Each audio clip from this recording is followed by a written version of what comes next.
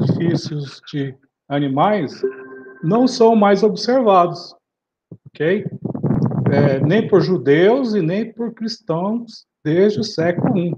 No início da história da igreja, as pessoas achavam que deveria continuar praticando o ritual judaico, até que teve o Concílio de Jerusalém, que Paulo, está em Atos isso, Paulo e Pedro, eles tinham pensamentos diferentes, que agora os cristãos não precisavam mais seguir o ritual da lei, né? E daí depois eles chegaram a um consenso que não deveria seguir mais. Mas inicialmente os cristãos também tendem a fazer essa prática da lei, né? Após o Concílio de Jerusalém, aí eles não praticam mais, tá? E por que que o Levítico não está mais sendo praticado? Nem, muito menos por judeus, né? Por causa da destruição do templo em 70 depois de Cristo, tá?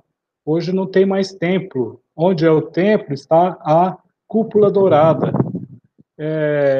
Então a cúpula dourada é uma mesquita muçulmana.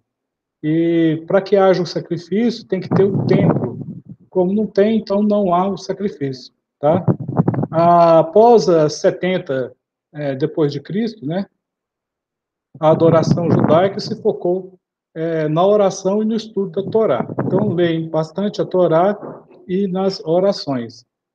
Ainda assim, o Levítico ainda é uma importante fonte do direito judaico e é tradicionalmente o primeiro livro ensinado às crianças no sistema rabínico de adoração, nas yeshivá, que são as escolas que preparam as crianças, que é a educação rabínica, né?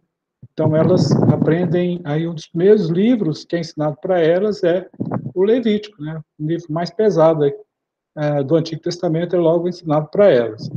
Então, há duas principais, a gente fala midraxim, né? Interpretações sobre o Levítico, né? Uma interpretação da Halaká, que é uma obra rabínica, e outra agática, ou da Agadá, que é também uma obra rabínica. No Novo Testamento, particularmente a Epístola aos Hebreus, utiliza as ideias e imagens de Levítico para descrever Cristo como sumo sacerdote que ofereceu a si mesmo, né, seu próprio sangue, como oferta pela remissão dos pecados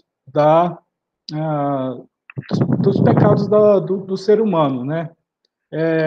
Com base nessa doutrina aí, os cristãos também não realizam sacrifícios de animais mais.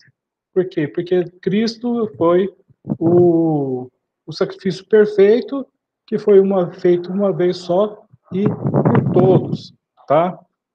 O Gordon Wenhall diz que, com a morte de Cristo, a única e suficiente oferta imolada foi oferecida de uma vez por todas, tá?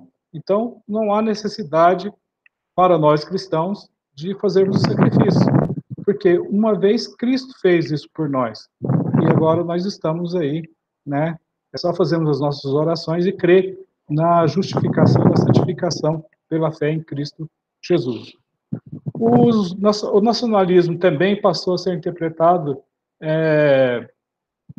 pela tradição bíblica quando afirma que a terra é apenas uma concessão divina ao seu povo, não podendo então ser vendida.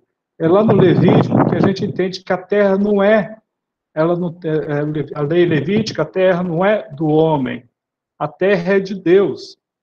Deus deu a terra para que as pessoas administrem. Então, só que essa observação aí, que combina aí com o ano do jubileu, ela não conheço na história se ela foi praticada alguma vez. Para muitos, não foi nem praticada nenhuma vez, tá?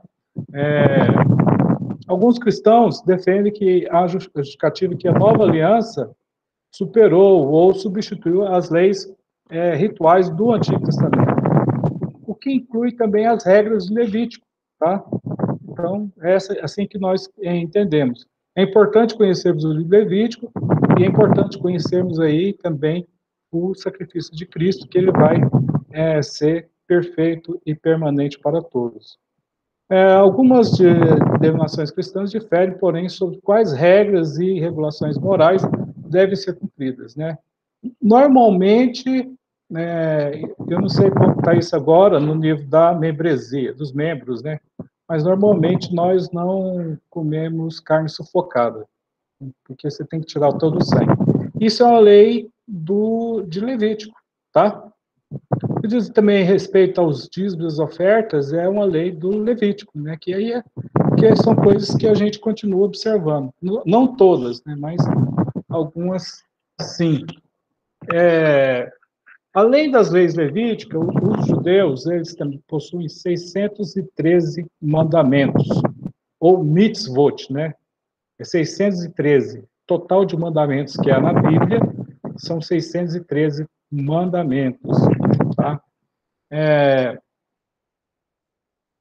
O valor numérico 613 aí, ele vai formar um acrônimo, né, da palavra Tariag, né, em hebraico. O que são esses 613 mandamentos? Né? É o conjunto dos mandamentos que, de acordo com o judaísmo, constam na Torá. Tá? Na Torá tem 613 mandamentos, segundo narra os estudiosos aí do livro da Torá, que são os 5 livros de Moisés. De uma forma geral, a Torá nós chamamos de Torat Moshe, ou a lei de Moisés. E também refere também a Torá a um corpo, uma referência ao corpo legal judaico, né? O corpo de leis judaicas estão contidas aí nesses livros aí escritos por Moisés. Então, apesar do que houve muitas tentativas de codificar e enumerar os mandamentos contidos na Torá, a visão tradicional é baseada na enumeração de um estudioso rabínico, um rabino estudioso do período medieval, chamado Moshe Maimônides. De acordo com essa tradição, são 613 mandamentos que estão divididos em dois mandamentos, em dois tipos de mandamentos que constam aí nesses livros da Bíblia. O que vai ter mais mandamentos é no Levítico, tá? Por isso que estou fazendo essas considerações. Vai repetir no Deuteronômio, né, mas o Levítico é o que mais concentra esses 613 mandamentos. Nós temos os mandamentos positivos, tá? No sentido, o que são os mandamentos positivos? São aqueles mandamentos que você é ordenado que se faça, né? Faça isso, faça aquilo outro, que são obrigações. Então, faça um altar, faça uma oferta, faça um jejum. Então, quando tem esse faça na Bíblia, são mandamentos positivos. E os mandamentos negativos são aqueles que se deve se abster de determinadas ações. Normalmente é proibido, não faça isso, não faça aquilo, tá? São os mandamentos. Os negativos tem não, e os positivos não tem não, tá? Existem 365 mandamentos negativos, correspondendo ao número de dias do ano solar. Estou fazendo a numerologia aqui. Que é como se cada dia dissesse a pessoa, não cometa uma transgressão hoje. Isso está na tradição judaica. Porque não cometa, durante todos os 365 dias, não peque, não peque, não peque, não desobedeça, não desobedeça. Então, por isso que eles colocam aí 365 mandamentos negativos. E o contraste dos negativos são os mandamentos positivos. Faça isso, faça aquilo outro. É obrigação, né? Estão relacionados ao número de ossos ou órgãos importantes do corpo humano. Então, nos judeus sempre tem essas sacadas aí. Eles colocam os mandamentos e faz uma correlação aí com o corpo da pessoa, alguma coisa nesse tipo, assim, para que seja melhor, assim, seja mais fácil o aprendizado, né? Faz essa relação. É uma pedagogia judaica aí, um aspecto bem didático. 248 ossos, né? Eu não sei, nunca contei, mas refere aos 348 ossos do corpo humano. Então, isso como se cada um desses membros aí dissesse a pessoa, cumpra um preceito comigo, né? Cumpra o preceito comigo. Então, esses 613 mandamentos, eles não são 613 mandamentos. Você não vai encontrar na Torá 613 mandamentos. A gente vai encontrar essa palavra, 613 mitzvot, vamos encontrar no Talmud, que é uma obra da literatura rabínica, tá? O significado real cresceu na literatura rabínica medieval tardia, né? Isso que foi até mesmo quem vai alavancar essa ideia dos mandamentos aí na Torá, né? Para contar, não são só 10 mandamentos, né? Necessariamente lá são 10 palavras. Você tem muito mais de 10 mandamentos, você tem 613 mandamentos aí. O primeiro mandamento bíblico é crescer e multiplicar. Isso é, o esposo, o marido, a mulher, faça filho. Né? Você tem que fazer filho. Tanto é que, na antiguidade, lá quando o Judá cometia o coitus interruptus, né?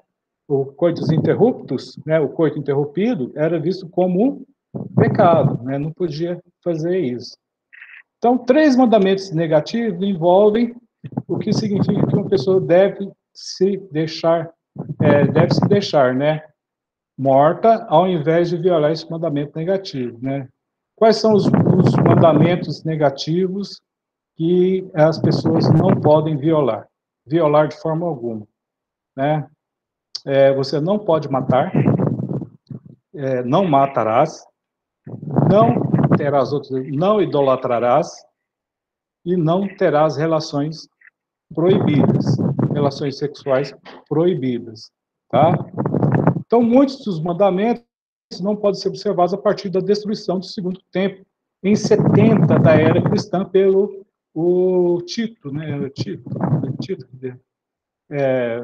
Que os romanos foram lá destruir o templo.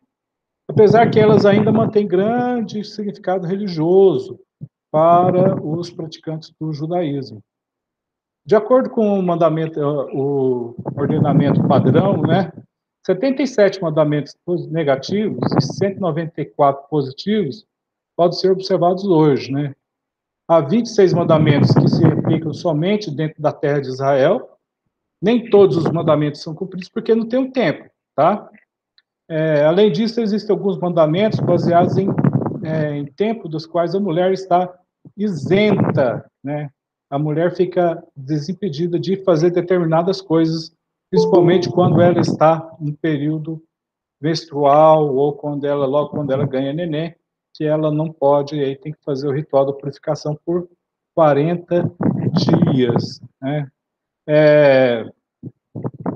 Bom, alguns dependem de um estado especial da pessoa dentro do judaísmo aí, no que diz respeito à prática desses mandamentos. Algumas pessoas têm obrigações maiores, outras pessoas têm obrigações menores, né? Enquanto que outros se aplicam apenas aos homens e outros apenas às mulheres. Então, você tem mandamentos para os homens e tem mandamentos para as mulheres. Tem o caso do crescer e multiplicar, é mandamento para o homem e para a mulher, tá? Então, segundo o Talmud, o verso bíblico afirma que Moisés transmitiu a Torá de Deus para o povo, né? Moisés transmitiu para o povo de Israel enquanto eles estavam peregrinando pelo deserto, tá bom? Então Moisés mandou a Torá como herança para a comunidade dos filhos de Jacó. O Talmud também relata que o valor numérico aí, né, da palavra Torá, o valor numérico da palavra Torá, né, porque em hebraico as consoantes também têm valor numérico, é 611. E combinado os 611 mandamentos de Moisés com os dois recebidos diretamente de Deus, vão somar 613 mandamentos. Os dois mandamentos que Deus entregou diretamente aos judeus foram os dois primeiros dos 10 mandamentos. Isso pode ser visto a partir do fato destes estarem escritos na primeira pessoa. Então, o Talmud vai atribuir o número 613, né, ao rabino Sinlai, que vai dar esse número, né, mas outros rabinos também vão sustentar a visão que inclui aí do rabino Azai e o do rabino Yossi, né, Yossi. E eles são as autoridades aí em hebraico, em mandamentos bíblicos. Então, assim, muitos místicos e filósofos judaicos, né, como Baal HaTurim, como Maharal de Praga, né, e líderes também do segmento do judaísmo racídico, né, que é uma seita dentro do judaísmo, eles fazem alusões aos cálculos inspirados na relação do número de mandamentos, né. Por exemplo, né, se você pega lá a questão das franjas, o que são as franjas lá no Levítico?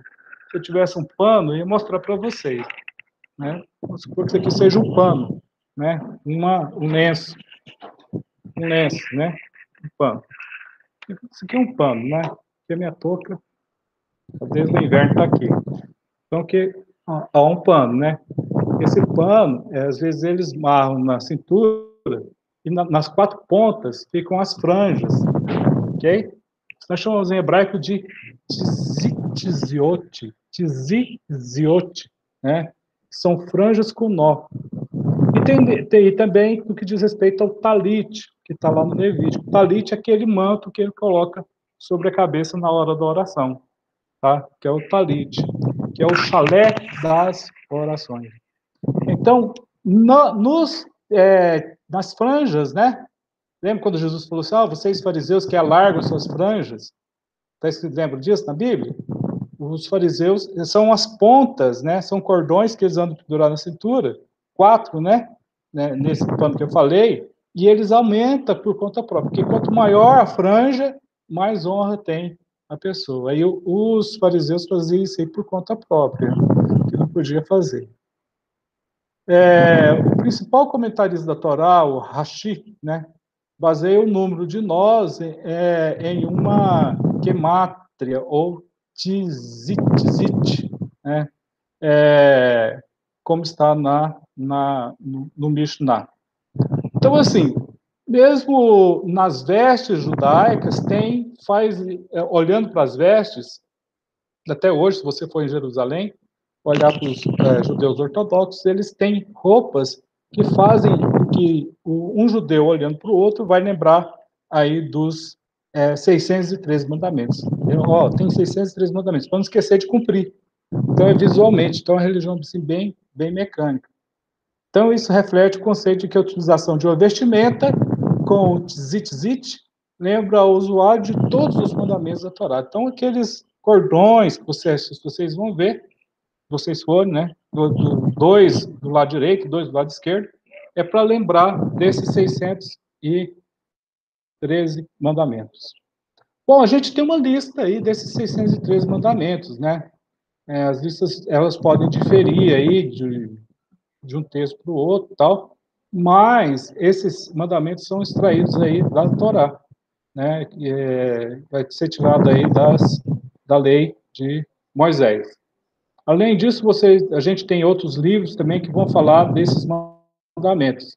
O Sefer HaMitzvot, o Sefer HaMitzvot, o Sefer HaHinur, o Sefer HaMitzvot HaGadol, o Sefer HaMitzvot HaKatan, o Sefer Yerim, o Sefer HaMitzvot de outro autor. Então, aqui agora a gente vai apresentar esses 613 mandamentos para vocês. Vamos ver na Bíblia, tá bom? Está na Bíblia. Bom, o primeiro desses 3 mandamentos, vamos pegar a Bíblia agora, vou fazer a exposição desses mandamentos, está lá em Êxodo 20, verso 2. Êxodo 20, verso 2. Então hoje vai ser uma aula muito de judaísmo, mas vou ver na Bíblia. Não terás outros deuses diante de mim. Não terás outros deuses diante. Reconhecer que o Criador eterno existe. E não é para ter outro Deus além. Eu sou o Senhor teu Deus, que te tirei da terra do Egito, da casa da servidão. Primeiro mandamento, reconhecer que o Senhor é o Deus da criação. É o Deus eterno e existe. Não pode crer que existam outros deuses além dele. Você não pode, não, tem outros deuses. Olha o verso 3. Não terás outros deuses diante de mim. Não pode crer em outros deuses. Não pode praticar idolatria. Tá? Não pode ter, não pode existir outro Deus além dele. Reconhecer sua unidade. Deus é um só. Deuteronômio 6, verso 4. Deuteronômio 6, verso 4.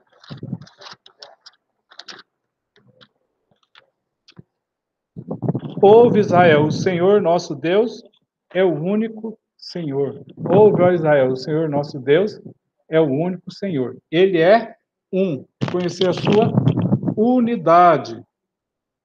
Também, outro mandamento, amar a ele. Deuteronômio 6, verso 5.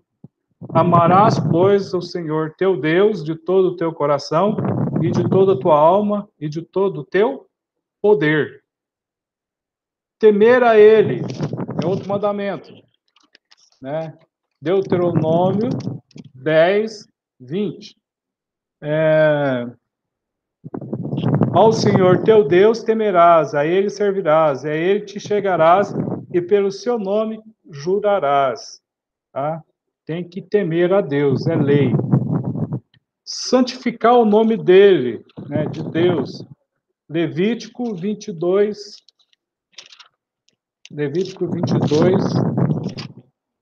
verso 32.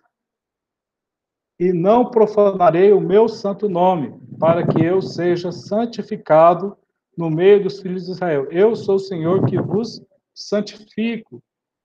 Não profanar o nome dele, está nesse mesmo texto.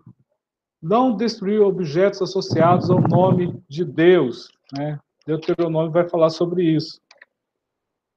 Obedecer ao profeta de cada geração, se ele não acrescentar nem tirar os estatutos. Se o profeta não acrescentar e nem tirar os estatutos, você deve obedecer a palavra do profeta. O Senhor teu Deus te despertará um profeta do meio de ti, de teus irmãos, como eu. A ele ouvireis. Então, desde que o profeta não acrescente nem tire nada dos estatutos de Deus, tá?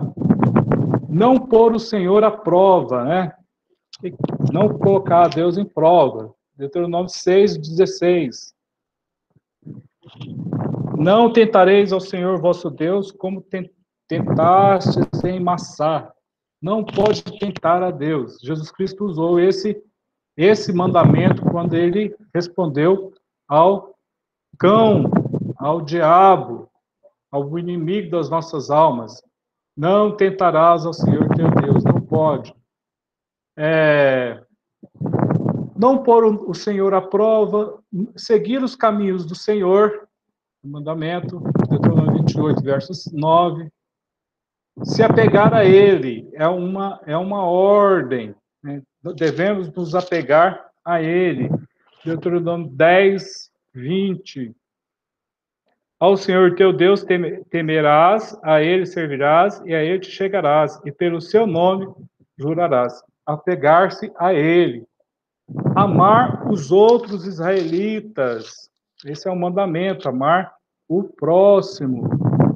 O próximo, no caso da nação. E os juízes bem inquirirão, e eis que, sendo testemunha falsa, testemunha que testificou falsidade contra o teu irmão. 19, 18.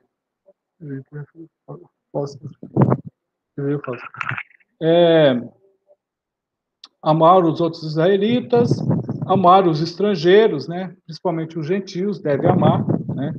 Deuteronômio 10, 19 vai falar sobre isso aí. Não odiar os outros israelitas, né? Não odiar. Deuteronômio 10, melhor, Levítico 19, 17, vai falar não odiar os israelitas. Repreender um pecador, tá? Levítico 19, 17. Eu vou só citar esses mandamentos que são 3, senão não termino hoje, tá? Repreender, você deve repreender um pecador. Depois eu posso mandar a lista no WhatsApp para vocês. Não envergonhar os outros, não oprimir os fracos, não deve ser oprimido, né? Deve ser, você deve tratar bem, a opressão não é de Deus. Não espalhar mentiras, não espalhar, ou se for hoje, não espalhar fake news, né? Muita gente que espalha, isso aí é pecado, é mentira, fake news é uma mentira. Pastor. Deus vai enviar fogo nos profetas do YouTube. Espalha mentira. Vou mandar uma carta para eles se arrependerem enquanto ainda há tempo. É verdade. Não espalhar calúnias, difamações, né? Não pode fazer isso. Não se vingar, né? Não vingar, não pode ter esse sentimento de vingança. Não guardar rancor de ninguém, tá? Levítico 19, 18 fala isso. Aprender a Torá é um mandamento. Aprender a Bíblia, aprender a lei de Deus é um mandamento que deve ser seguido, obedecido, tá? Não pode guardar rancor do próximo, né? Aprender a Torá, como eu já falei, 6, 7, e intimarás a teus, Deuteronômio 6, 7, e as intimarás a teus filhos, e delas falarás assentado em tua casa, e andando pelo caminho, deitando-te e levantando-te. Então tem que aprender, meditar na Torá dia e noite. Honrar aqueles que ensinam a conhecer a Torá. Aquelas pessoas que ensinam a Torá, é um mandamento. Você tem que honrar essa pessoa, que é o professor de Torá, que é o que ensina lá a lei de Moisés. Não praticar idolatria, não seguir os caprichos do seu coração ou que os olhos veem, né? Não pode seguir aquilo que o coração diz ou aquilo que os olhos veem. Não blasfemar, não adorar ídolos da maneira como são adorados, né? Não pode adorar. Não adorar ídolos nas 4 maneiras como adoramos a Deus, né? Não pode adorar. Não fazer um ídolo para si mesmo, não pode criar um ídolo, uma imagem para você, né?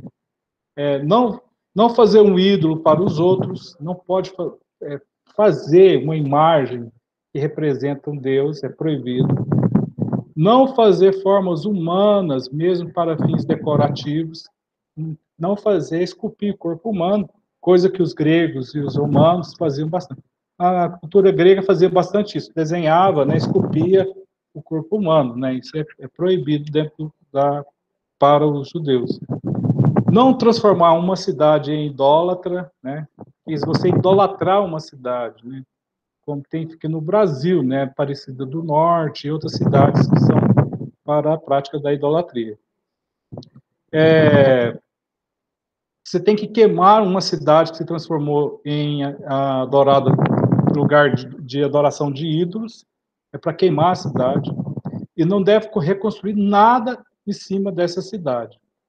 Não tirar proveito daquilo que é usado para idolatria, aquilo que é para outros deuses, né? Não tirar proveito disso. Não missionar o indivíduo para adoração, não introduzir a pessoa para adorar os ídolos, não amar o idólatra, não amar o idólatra, né? Deuteronômio 13, 9. Então, esses mandamentos no 13, 9, ó. Mas certamente o matará, a tua mão será a primeira contra ele, para o matar depois a mão de todo o povo. Então, né, para isso tinha que matar o idólatra. Não salvar o idólatra, não dizer nada em defesa do idólatra, não se abstenha de incriminar o idólatra, se tiver a oportunidade de incriminar você, não profetizar em nome de idólatra, em nome da idolatria, não dar ouvido a falsos profetas, não dar ouvido a falsos profetas, não tem que ouvir, não quero ouvir, né? Não profetizar falsamente em nome de Deus, não ter medo do falso profeta, tem que saber quem é o falso profeta e não ter medo. Não jurar em nome de ídolo, tá?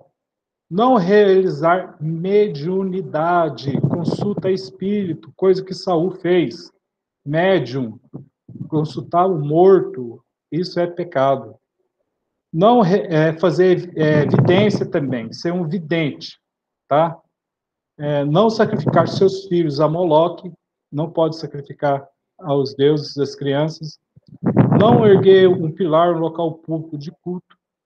Não se curvar diante de uma pedra lisa. Não plantar uma árvore no pátio do templo, né? Quando foi construído, não podia plantar árvore nenhuma. Não destruir ídolos e seus acessórios, para destruir, né? Destruir ídolos e seus acessórios, para não tirar proveito dos ídolos e seus acessórios, não tirar o proveito de ornamentos de ídolos, não fazer alianças com idólatras, não mostrar favor aos idólatras, não permitir que os idólatras habitem na terra de Israel, não imitar os idólatras e seus costumes, não ser supersticioso, né? Não pode.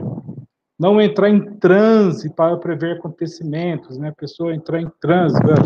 O Deuteronômio 18:10 fala, ó, entre ti se não achará quem faça passar pelo fogo o seu filho ou a sua filha, nem adivinhador, nem prognosticador, nem agoreiro, nem feiticeiro. Né? Você entrar em transe, né? Como se fosse um espírito que te tomou. Isso era proibido. Não adivinhar, não murmurar de encantamentos, não tentar contatar os mortos, não é para ser consultado os mortos. Não se consulta o médium, não pode consultar vidente, não pode realizar atos de magia, de mágica. Os homens não devem raspar o cabelo das laterais da cabeça, né? Não devem raspar aqui das laterais. Necessariamente eles deixam crescer sete partes do corpo, eles deixam crescer, né? Uma tá na duas, três, quatro, que meu não tem jeito, 4, 5, 6, 7. Então, é por isso que faz aquelas tranças aqui, porque eles não rapam a lateral. Aqui para cima aqui eles rapam, né? Mas a lateral não. A lateral aqui não. Aqui assim, ó, igual tá aqui, aí eles tiram. Mas a lateral deixa o cabelo crescer. Os ortodoxos seguem isso até hoje. Ah, por isso que ele só fica de chapéuzinho pra tampar. Às vezes eles colocam as peode que fala, né? São esses cabelos, né? Eles colocam atrás da orelha, que vai crescendo, né? Eles não pode passar navalha. Os homens não devem raspar a barba com uma navalha, né? Não devem usar roupas femininas. Mulheres não devem usar roupas masculinas. Não tatuar a pele, né? Às vezes o pessoal pergunta, a Bíblia proíbe a tatuagem? Proíbe. Levítico 19, 28. O judaísmo proíbe. O nosso meio evangélico tem um tempo proibido, né? Mas agora parece que o pessoal está tatuando. Né? Tem pastor que defende a tatuagem. Eu não gosto, não, porque marca o corpo, né? Pelos mortos não dareis golpes na vossa carne, nem fareis marca alguma sobre vós. Eu sou o Senhor. Então não pode fazer. A pessoa fez lá, pecou, não vai para o céu? Não, perdeu para Deus, mas eu particularmente não gosto, não. Né? Não rasgar a pele no luto, né? Ficar se arranhando, se debatendo quando alguém morrer. Não cortar o cabelo no luto, quando alguém morre, parente. Para se arrepender é confessar os erros. Né? Tem que confessar os erros para arrependimento. Recitar o Shema 2 vezes ao dia. Shema Adonai Elohim Adonai Errad, né? O Senhor, nosso Deus, é um, o Senhor é Deus. Shema Adonai Elohim. Ouça Israel. Shema, Shema Adonai Elohim, Shema Adonai Errad. nosso Deus é um, ele é o Senhor. É assim que é, 2 vezes por dia tem que citar essa parte. Orar todos os dias. O sacerdote deve abençoar a nação israelita todos os dias. Tem que usar o tefilim na cabeça, os filactérios, que são caixinhas, tá? Você coloca aqui, e é uma caixinha assim, coloca na testa, no centro, tem trechos da Torá dentro, aí pega com couro em volta da cabeça. Então você vai, esse é os filactérios. Também tem o tefilim, né, no braço, do lado esquerdo. Você vai com um couro, né, e coloca na mão e amarra aquela quadradinho na mão indo em direção ao coração. Dentro tem trechos da Torá. Tem que fazer isso aí, tá? Colocar uma mezuzá. O que é uma mezuzá? Se você for na casa de um judeu, eles têm, na entrada, tem uma caixinha no portal. Então, tem aquela caixinha, aquele quadradinho no portal é a mezuzá. Então, você tem que colocar na porta da sua casa. Se você está andando na casa, você viu uma plaquinha, né? Colada na entrada, é uma casa de um judeu. Meu irmão mora em Brasília e do lado dele mora um casal de velhos judeus, né? Aí eu olhei assim e falei assim, que mora judeu aqui, falei para ele. Como é que você sabe? É o mesmo usar. Então, fica na entrada. Eu vou colocar uma placa bem gigante lá no portão de casa. Só entre se não for pecador. Vou começar a dar com os mandamentos. Vou começar a dar com os mandamentos da lei de Deus amarrado nas orelhas. Assim. Então, tudo isso para lembrar desses mandamentos. Cada homem deve escrever um rolo da Torá, fazer uma cópia, né, da Torá. O rei de Israel deve ter um rolo da Torá. O tzit, né, em roupas de 4 pontas, que são as linhas de 4 pontas, franjas, que eu já falei. Bem dizer o Todo-Poderoso antes de comer, né? Todá, Adonai, pela comida, pelo café, agradecer a Deus, né, antes das refeições. Ele está de agradecer porque Deus está dando a comida. Circuncidar todos os homens no 8º dia do seu nascimento, que é o Berit Milá, né? Que é quando você vai ao 8º dia e faz a circuncisão, lembrando da aliança que Deus fez com Abraão. Tem que descansar no sábado, um Shabat, né? Que começa às 5 horas da sexta-feira e vai até 5 horas do sábado. Não realizar trabalho proibido no Shabat, não pode. Quando eu fui para Israel, olha só, aí estava lá, né, começou o Shabat, né, que eu vi sexta-feira, à tardezinha, tudo ficou fechando, né? Eu estava no hotel, eu fui jantar, daí assim, as famílias vão no Shabat, né, eles saem com as famílias, vão comer nos restaurantes, né? Aí tem uma sala separada para eles. Eles tomam bastante vinho, ficam bem alegres mesmo, vão embora para casa tropeçando, né? As famílias, as crianças cantam bastante. E daí eu jantei e tal, fui com minha esposa. Agora vamos subir para o quarto que eu não estava cansado, né? Daí tinha 2 elevadores. Um estava com a porta fechada, o outro estava aberto com um casal de judeus lá. E eu tô lá, né, esperando. Mas esse elevador não vai subir? Né? Eu falando em português com minha esposa. Esse elevador não vai subir? Aí foi que eu li na plaquinha, tinha uma plaquinha em inglês lá, eu li. Este é um elevador sabático, ele vai parar em cada andar por 15 minutos obedecendo ao sábado. Eu falei assim, não vou guardar não vou guardar esse não, vamos para o outro elevador, né? Eu fui para o outro, ele abriu, eu subi. Mas até o elevador eles fazem parar no Shabat, para lembrar. Bom, o tribunal não deve infligir punição no Shabat, não andar fora dos limites da cidade no Shabat, não pode sair da cidade, dos limites da cidade. Santificar no Shabat com o Kiddush e com a Havdalah, né, que são práticas judaicas, né, de santificação. E aí, Vitor? Bem? Professor. Que joia. Isso aí. Então, tem que descansar do trabalho proibido, né? No Yom Kippur, não pode trabalhar também. Eu tô joia. Vou tomar água aqui. Calor.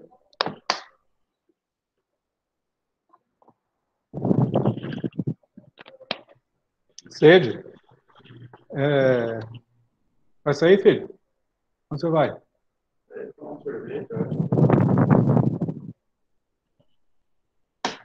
Você vai com os carros? Não, eu vou esperar. Não fazer trabalho proibido no Yom Kippur, tá? Tem que jejuar no Yom Kippur, no dia do perdão, tá? Levítico 16, não sei. Não comer ou beber no Yom Kippur, você tem que fazer em jejum no dia do perdão. Descansar no primeiro dia da Páscoa, não fazer trabalho proibido no primeiro dia. Então, gente, são 618 mandamentos. Deixa eu soltar algumas aqui, porque depois eu mando a lista para vocês, tá? Eu vou mandar pelo WhatsApp mesmo. Rapaz, olha, camarada lembrar desses 613 mandamentos para obedecer é difícil.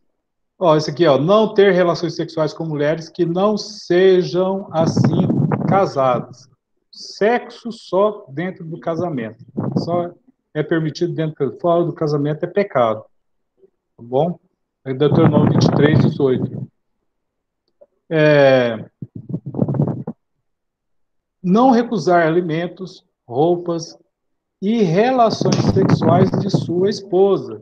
Se a esposa judia quer ter relações sexuais, o marido tem que atender.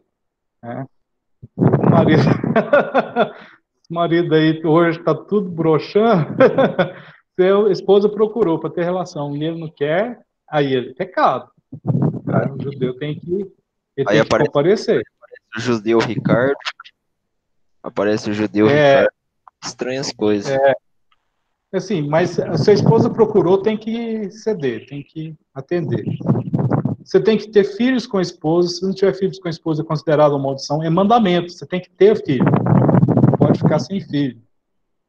Tá? O homem não deve casar novamente com sua ex-mulher, depois que ela se casou com outra pessoa. Porque, assim, os judeus podem divorciar, tá? Isso está em Deuteronômio 24, 1. Foi Moisés que falou sobre. Jesus falou, né? Pode ter o divórcio. O divórcio está na Bíblia. Muito tempo a gente não aceitou, mas... Então, seu primeiro marido, que é despedido, não poderá tomar. Aí está falando como que é o divórcio, tá? Quando o homem tomar uma mulher, se casar com ela, Deuteronômio 24, se casar com ela, então será que se não achar graça em seus olhos, por nela achar coisa feia, ele lhe fará escrito de repúdio, e lhe o dará na sua mão e o despedirá da sua casa. Se, pois, saindo da sua casa for e se casar com outro homem, e este último homem a aborrecer, ele lhe fizer escrito de repúdio, e lhe o der na sua mão, e a despedir da sua casa, ou se este último homem que a tomou para si, por mulher, vier a morrer.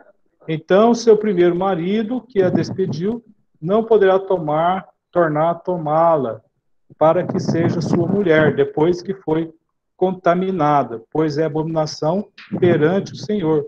Assim não farás pecar a terra que o Senhor teu Deus te dá por eles.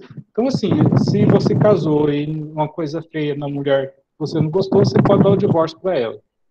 É isso que a lei permite. Realizar o casamento levirato. Todo mundo sabe o que é o levirato, né? Que se o filho mais velho casou, morreu, então o irmão dele tem que casar com a viúva, tá?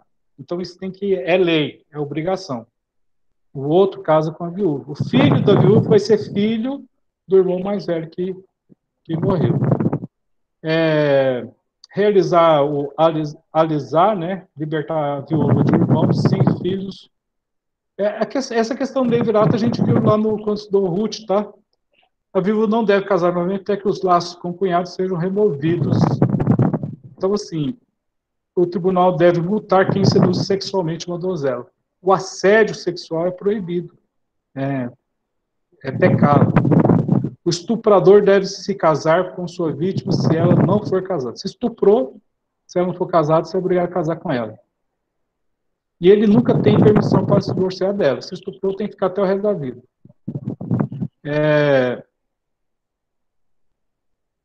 Bom, o que mais aqui? Vamos pegar outros aqui. Estou soltando, né? Aqui nas leis já começa a proibição da questão do incesto. O incesto está presente na Bíblia, viu, pessoal? Lá em Gênesis tem várias práticas de incesto, que é a relação sexual com familiar próximo, né?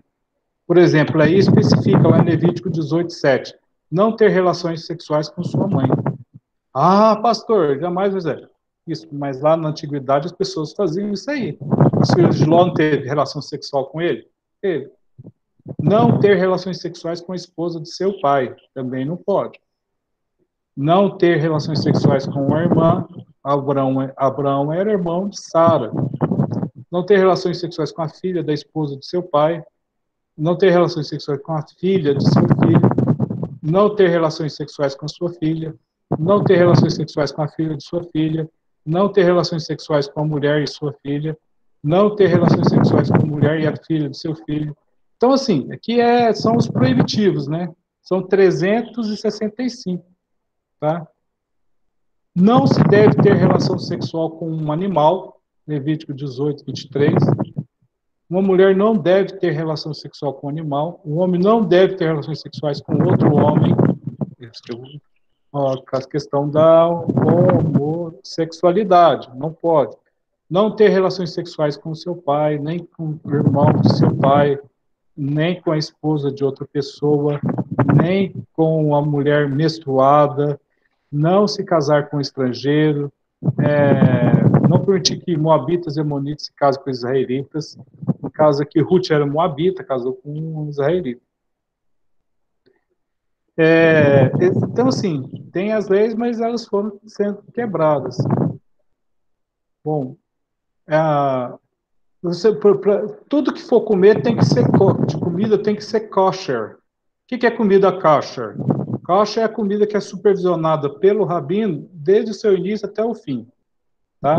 Então aqui, ó, esse frigorífico tem em Paysandu, ele constantemente um rabino inspecionar a carne que era mandada para Israel. Essa inspeção chamava kosher. Em lugares que tem judeus, você tem supermercados kosher, o vinho kosher, com toda a comida, tudo kosher, tá? Tudo com a supervisão do rabino, do início ao fim. Ok?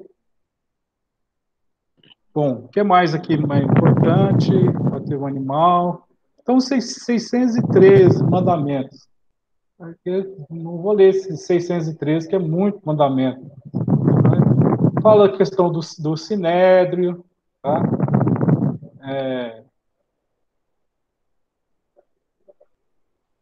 Vou passar aqui. Cordeiros. Então, mandamento, hein? Eu já estou no 500 aqui. Vou passar meio rápido. Depois eu vou mandar essa cópia aqui para você. Eu vou ver aqui os 13 últimos mandamentos. Os 13 últimos, né? 600. Nunca esquecer das atrocidades e emboscadas dos Amaleque, né? Na nossa jornada pelo deserto. Não residir permanentemente no Egito, isso era proibido, eles voltaram para lá, depois voltaram. Ofereça termos de paz aos habitantes de uma cidade durante o cerco e tático, de acordo com a Torá, se eles aceitarem os termos. Não oferecer paz a Amon e Moabe enquanto o sitia. Não destruir as árvores frutíferas, mesmo durante o cerco, tá? Prepare as latrinas fora dos campos. Latrina é onde a pessoa defeca, não tinha que ser fora dos campos. Prepara uma pá para cada soldado cavar. Nomeia um sacerdote para falar com os soldados durante a guerra. Aquele que se casou construa uma casa nova ou plante uma vinha, receba um ano para se regozijar com as suas posses. Casou e fica um ano para se regozijar com as posses dele. Não exigir dos assinos mencionados qualquer envolvimento comunal militar. No primeiro ano de casamento, ele não vai para o serviço militar. Para não entrar em pânico e recuar durante a batalha. Guarde as leis da mulher cativa. não pode vender como escrava, mulher cativa, e não reter para servidão, ou após ter relações sexuais com ela. Então, esses são são 613 mandamentos. Vou mandar essa lista para vocês, beleza? Vamos ver agora o livro de Números, tá? Livro de Números. O Números, né, que é o próximo livro da Bíblia, se divide em 3 partes, né? A primeira delas, findando no capítulo 10, versículo 10. Abrange eventos que ocorreram enquanto os israelitas ainda acampavam junto ao Monte Sinai.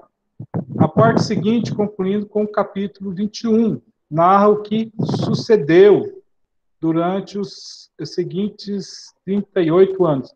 Então, Números, ele é o livro que mais narra o andar do povo pelo deserto, tá? Até chegar aos planícies de Moab. Então, a parte que tem maior mobilização é o livro de Números.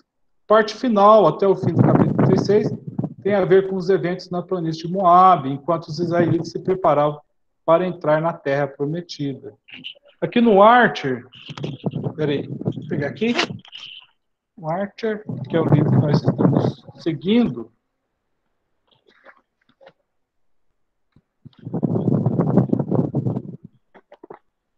Números, né? Está lá na página, no meu está na página de número...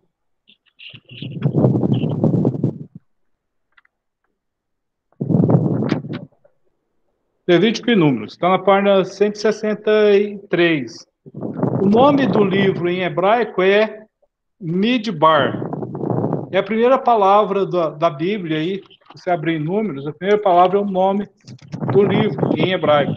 Abra no livro, falou o Senhor a Moisés do deserto, é Bemidbar, no deserto. É o nome em hebraico, tá? A Septuaginta que dá esse nome aritmoi, né, em grego, que é números, por causa do destaque dado aos números de censo no livro. O título hebraico é bem apropriado ao tema geral, Israel sendo treinado por Deus no deserto. Israel é treinado por Deus no deserto. Então, a narrativa histórica ocupa mais espaço neste livro do que no caso de Levítico ou Deuteronômio. E o período de anos que cobre é maior. 40 anos de disciplina. Como que se escreve? Como é que é? Como é que se escreve números em hebraico? Bemidbar, no Com deserto. Com B. É Bemidbar, no deserto. Então aí fala Israel sendo treinado por Deus no deserto, é o tema do livro, né?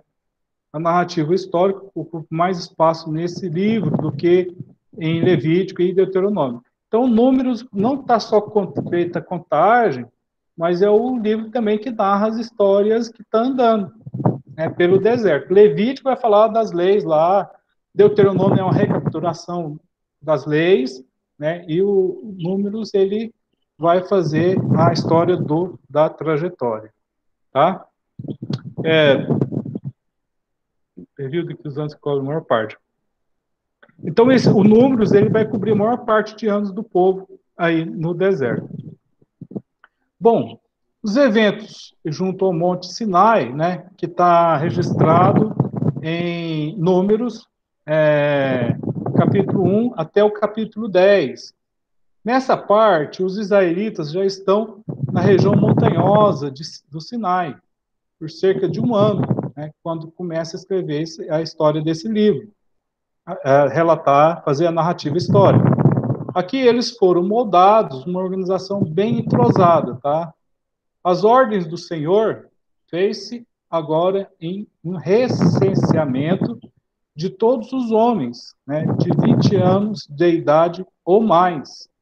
As tribos variaram em tamanho, segundo se revela, de 32.200 varões vigorosos em Manassés a 74.600 homens valorosos em Judá. O total de homens que foi contado, homens que podiam ir para a guerra, tá? Homens que pudessem guerrear.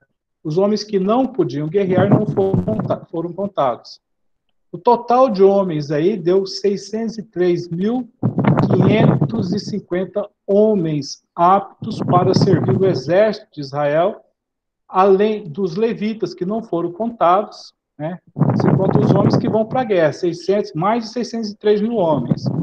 Os levitas não foram contados, as mulheres não foram contadas, as crianças não foram contadas, e aqui os anciãos também não foram contados. Só homens que podiam guerrear. Então, o número aí, 603 mil homens que podiam guerrear, você coloca um número aí que passa da casa dos milhões. Isso é uma dedução, tá? Levando em consideração aí a família, nesse período aí deveria ter 6, 7 filhos por aí, então a gente chega à casa dos milhões. Então, assim, um acampamento composto provavelmente aí de 3 milhões de pessoas ou mais. É muita gente andando no deserto. A tenda de reunião ficava situada junto com os levitas. A tenda, o tabernáculo, né, no centro do acampamento. Em lugares designados de cada lado, acampavam os outros israelitas em divisões de 3 tribos. Isso aí eu já falei para vocês. Né? Quem ficava mais próximo do tabernáculo eram os levitas, Arão e Moisés, Arão e sua família, Moisés e sua família, na entrada do tabernáculo, e depois tinha os coatitas, os meraritas e os gersonitas, que eram levitas também, que trabalhavam no templo, tá? Quando o acampamento precisava comover-se, o Senhor emite as instruções e o registro diz: os filhos de Israel passaram a fazer segundo tudo que o Senhor mandara a Moisés. Números, capítulo 2, verso 34. Obedecer ao Senhor e mostrar respeito por Moisés, o representante visível de Deus na terra. Tá? Bom, os levitas os levitas são então colocados à parte para o serviço de Deus, consagrados para o sacerdócio, como o resgate dos primogênitos de Israel. São divididos em 3 grupos os levitas, segundo a sua respectiva descendência dos 3 filhos de Levi, quais são os 3 filhos de Levi? Gerson, Coate e Merari. São os 3 filhos de Levi. Então, os que vêm de Gerson são gersonitas, os que vêm de Coate, coatitas, e os que vêm de Merari, os meraritas, tá? As posições do acampamento, as posições dentro do acampamento, as posições no acampamento e as responsabilidades de serviço foram determinadas a partir das divisões que eles fizeram durante lá, quando estavam acampados. Os de mais de 30 anos têm de fazer o trabalho pesado de transportar o tabernáculo, porque os que tinham acima de 30 anos já estavam mais fracos, né? Então, a juventude mesmo, estava no vigor. A pessoa, quando está nos 20 até os 30 anos, ele está no vigor, ele está no gás, no melhor fase da vida. Depois que passa dos 40, a força vai diminuindo. Então, quem fazia o serviço mais pesado eram os homens até os 30 anos de idade, tá? Eles faziam o trabalho de transportar o tabernáculo, né? Para que o serviço mais leve fosse feito, e fez provisão para que outros sirvam a partir dos 25 anos de idade. Quando chegou nos dias de Davi, essa idade para servir aí, eles baixavam para 20 anos. Então, começava a servir a Deus no tabernáculo, 25 anos aos 50, né? Quem fazia serviço pesado até os 30 anos. Para que o acampamento fosse mantido puro, tinha as instruções sobre pôr de quarentena os que adoecessem, né? Tal como a gente está fazendo aí com quem pega o Covid. Fazer expiação pelos atos de infidelidade, resolver casos em que um homem suspeite da conduta da esposa, se ele está sendo traído ou não, e sobre assegurar a conduta correta dos que são colocados à parte por voto, a fim de levar uma vida de nazireu para o Senhor. Então, nos vai falar sobre o nazireado. Visto que o povo tem de levar sobre si mesmo o nome de seu Deus, precisa comportar-se em harmonia com os seus mandamentos. Então, suprindo aí alguns pormenores do mês anterior, Moisés fala a seguir das contribuições de materiais, contribuições financeiras, feitas pelos 12 maiorais do povo, por um período de 12 dias. Financeiro, contribuir com material para a construção do tabernáculo. Desde desde a inauguração do altar. Então, não houve competição, nem a procura de glória pessoal nisso. Cada um dos israelitas contribuiu exatamente o que os outros contribuíram, né? Contribuiu de acordo com as suas posses.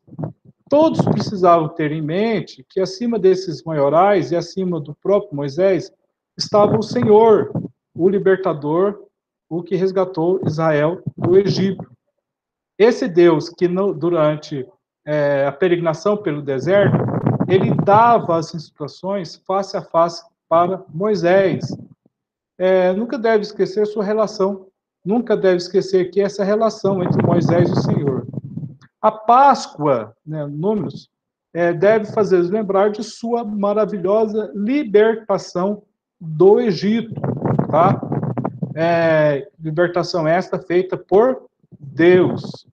E eles a celebram aqui no ermo na ocasião determinada, um ano depois de partirem do Egito.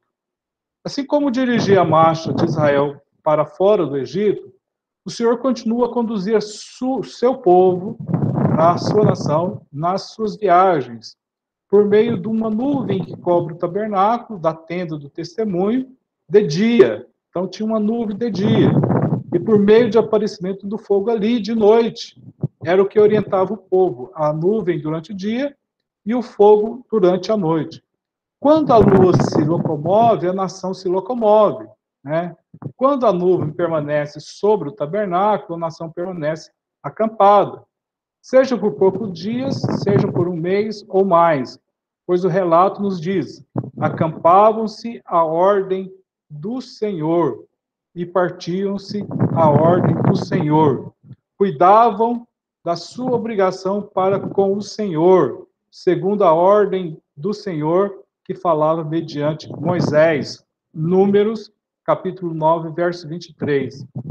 Quando se aproxima o tempo de partir do Sinai, providencia-se toques de trombeta, tanto para reunir o povo, como para dirigir as diversas divisões do acampamento na jornada pelo deserto afora. Tá? Do capítulo, os eventos aí no ermo, né? Capítulo 10 até o capítulo 21.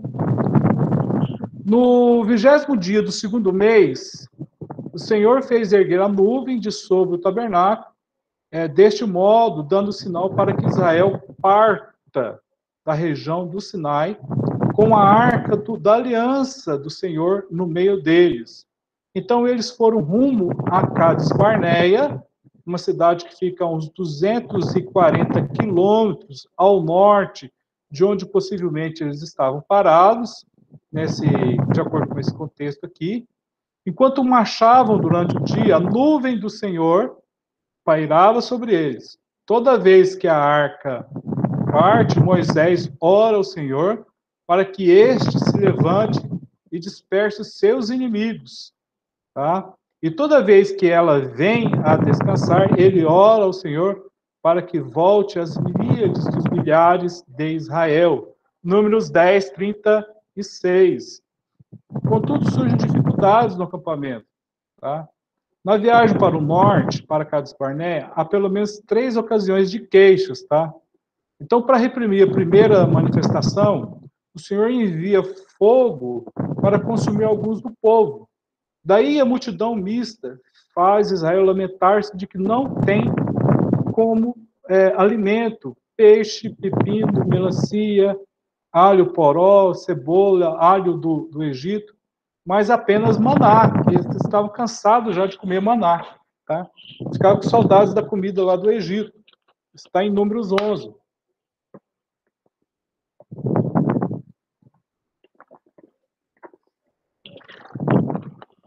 Está em Números 11.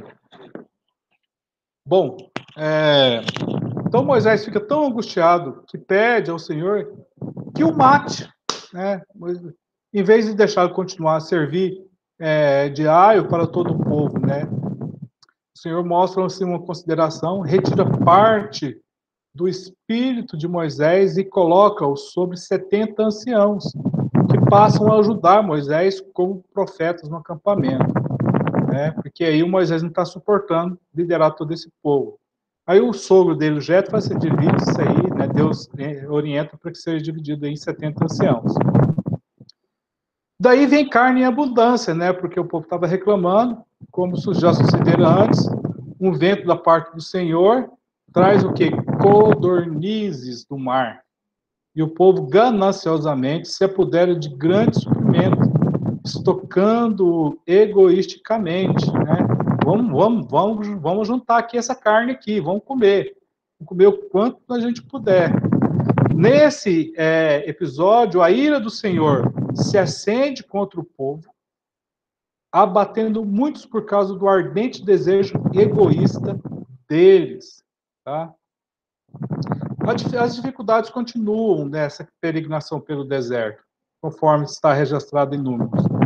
Deixando de reconhecer devidamente seu irmão mais novo, Moisés, como representante do Senhor, Miriam e Arão o criticam por causa de sua esposa, porque a Zípora morreu e ele casou com uma mulher etíope, tá? Daí o Miriam e Arão ficaram revoltados e exigem mais autoridade comparável à de Moisés, né? A gente tem que ter autoridade tanto que ele tem, porque ele casou com uma mulher que não israelita. Ele mesmo falou que não podia casar e ele casou. O próprio Moisés desobedeceu. Deus falou que não era para casar com outras mulheres, só entre judeus. Então, o Senhor Deus corrige esse assunto, revelando que Moisés ocupou posição especial e ferindo com lepra a sua irmã Miriam, provável instigadora dessa queixa, desse casamento de Moisés com a mulher etíope. Foi só mediante a intercessão de Moisés que ela mais tarde se restabeleceu. Quando eles chegaram em Cádiz, né, Israel acampa no limiar da terra prometida. Então Deus instruiu Moisés a enviar espias para fazer reconhecimento do país, entrando pelo sul de Israel. Então eles viajaram para o norte até a entrada de Amate, caminhando centenas de quilômetros em 40 dias. Números 13, 21 vai falar isso aí. Quando retornam com alguns dos ricos frutos de Canaã, 10 dos espias argumentam sem fé que seria tolo ir contra um povo tão forte e tão grandes cidades fortificadas como eram, né, quando os 12 espias foram lá e eles viram que não dava. Caleb tenta acalmar a Assembleia com um relatório favorável, mas sem êxodo, né? Os espias rebeldes lançam medo no coração dos israelitas, afirmando que se trata de uma terra que consome os seus habitantes, dizendo: todo o povo que vimos no meio dela são homens de tamanho extraordinário, eram gigantes, tá? À medida que queixas de rebelião se espalhavam no acampamento, Josué e Caleb rogam ao Senhor, né? O Senhor está conosco, não os temais. Números 13, 32 fala. Mas a Assembleia passa a falar em apedrejá-los. Então Yahvé intervém dizendo diretamente a Moisés: até quando me tratará este povo sem respeito? Até quando não depositarão fé em mim, em vista de todos os sinais que realizei entre eles? De certa forma, Deus, tudo que eu já fiz, ainda não há um reconhecimento. Moisés, então, implora que não destrua a nação, visto que o nome e a fama de Deus estavam envolvidos na história da libertação do Egito. Então, o Senhor decreta aqui, então, que Israel continue a navegar pelo ermo até que todos que foram registrados entre o povo, de 20 anos ou mais, tenham morrido. Então, os de 20 anos ou mais, né, para cima de 20 anos, que estavam ali, eles iam morrer todos no deserto. Só os de 20 anos menos, e fora Josué e Caleb, que entraram na terra prometida. Nem Moisés, nem Arão entrou. Esse foi o decreto de Deus, de tamanha rebeldia já no deserto. Os varões registrados, só a Caleb e Josué, obtiveram permissão para entrar na terra prometida. E em vão que o povo tenta subir por sua própria iniciativa, apenas para sofrer terrível derrota nas mãos dos amalequitas e dos cananeus. Que preço elevado se paga ao povo, né, pelo desrespeito para com a palavra, para com o Senhor e seus representantes. Então, eles têm muito a aprender no tocante à obediência, né? Ao lermos o livro de Números, a gente tem que ver que há uma rebelião em curso, há uma reclamação em curso, e isso é visto como desobediência a Deus. Deus deu leis adicionais que acentuam tentava responder a todas as necessidades dos israelitas. Então, eles informam que quando entrar na Terra Prometida, será preciso fazer expiação pelos erros, mas os deliberadamente desobedientes precisam ser eliminados sem falta e eles não vão entrar na Terra Prometida. Assim, quando um homem é apanhado juntando lenha em violação à lei sabática, o Senhor ordena: o homem sem falta deve ser morto. Isso aí está lá em Números, capítulo 15. Capítulo 15, 35. Disse, pois, o Senhor Moisés: certamente morrerá o tal homem, toda a congregação com pedras o apedrejará para fora do arraial. Todo aquele homem que violar o sábado. Então, como lembrete dos mandamentos do Senhor, a importância de obedecer a eles, Deus instruiu que usem franjas nas orlas das suas vestimentas. E eu falei sobre essas franjas já hoje. Não obstante a isso, outra vez surge uma outra rebelião aí em Números, né? Quem não lembra aí de Corá, Datã e Abirão? E 250 homens de destaque na Assembleia se reúnem em oposição à autoridade de Moisés e Arão. Moisés leva a questão perante o Senhor, dizendo aos rebeldes: tomai porta-lumes, o incenso e apresentai-os perante o Senhor, e deixai que ele escolha. Então, a glória do Senhor aparece, então, a toda a Assembleia, e ele executa velozmente o julgamento, fazendo com que a terra se abra e trague as famílias de Corá, Datã e Abirão. Então envia logo para consumir os 250 homens, inclusive Corá, que oferecem o incenso. Logo no dia seguinte, o povo passa a condenar a Moisés e a Arão por aquilo que o Senhor fez. E novamente ele os flagela, eliminando de uma só vez aí, Números 16, 14.700 reclamões queixosos. Então, por causa desses eventos, o Senhor ordena que cada tribo apresente um bastão perante ele, inclusive um bastão com o nome de Arão, para a tribo de Levi. Demonstra-se no dia seguinte que o Senhor escolheu Arão para o sacerdócio, pois apenas o bastão dele apresenta flores, ou a vara de Arão apresenta flores, plenamente desabrochadas e das amêndoas maduras. O bastão há de ser preservado na arca do pacto, foi colocado dentro da arca da aliança, como sinal para os filhos da rebeldia, como sinal da autoridade que Deus estava dando para Arão. Então, está em Números 17, tá? Depois de instruções adicionais para o sustento do sacerdócio por meio de dízimos e sobre o uso da água de purificação, com as cinzas de uma vaca vermelha, o relato nos traz, nos leva outra vez a Cádiz. Ali, em Cádiz, Miriam vai morrer e ser sepultada.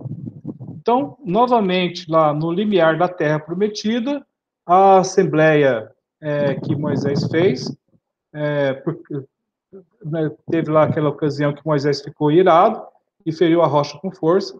O Senhor considera isso como uma altercação com ele, né? E aparece na sua glória, ordenando a Moisés que tome o bastão e faça sair água do rochedo. Será que nessa ocasião Moisés e Arão santificam o Senhor? Em vez disso, Moisés copeia 2 vezes o rochedo com ira. Então o povo e seu gado obtêm água para beber, mas Moisés e Arão deixam de dar crédito ao Senhor. Embora a jornada aí esteja quase no fim, ambos incorrem no desagrado ao Senhor, né? A atitude deles desagradou ao Senhor. E lhes informa que eles também não entrarão na terra prometida. Arão morre mais tarde no Monte Or, e seu filho Eleazar assume os deveres de sumo sacerdote, por causa disso, tá? Então, o Moisés não entrou por causa disso também. Então, Israel vira para o leste e procura atravessar a terra de Edom, mas eles são repelidos pelos edomitas. Ao fazer um grande desvio em volta de Edom, o povo outra vez em dificuldades, queixando-se de Deus e de Moisés, fartos de comer, enjoados de comer maná e com sede, por causa da sua rebeldia, o Senhor enviou a eles, né, serpentes venenosas, de modo que muitos morreram. Por fim, quando Moisés intercede a Deus pelo povo, instrui a fazer uma ardente serpente de cobre e colocou-a numa haste de sinal. Os que foram mordidos pelas serpentes venenosas ficaram sarados, tá? Foram poupados de suas vidas. Os que não olharam foram mortos. E em direção ao norte, os israelitas são impedidos, respectivamente, pelos reis beligerantes de Sion, os amorreus, e Og de Bazã.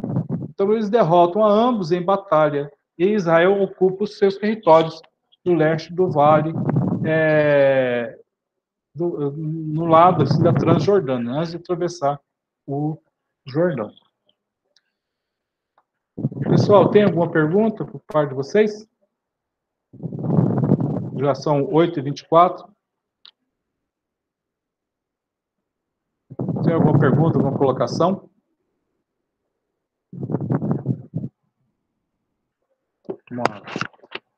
Se não tiver, eu posso encerrar a aula?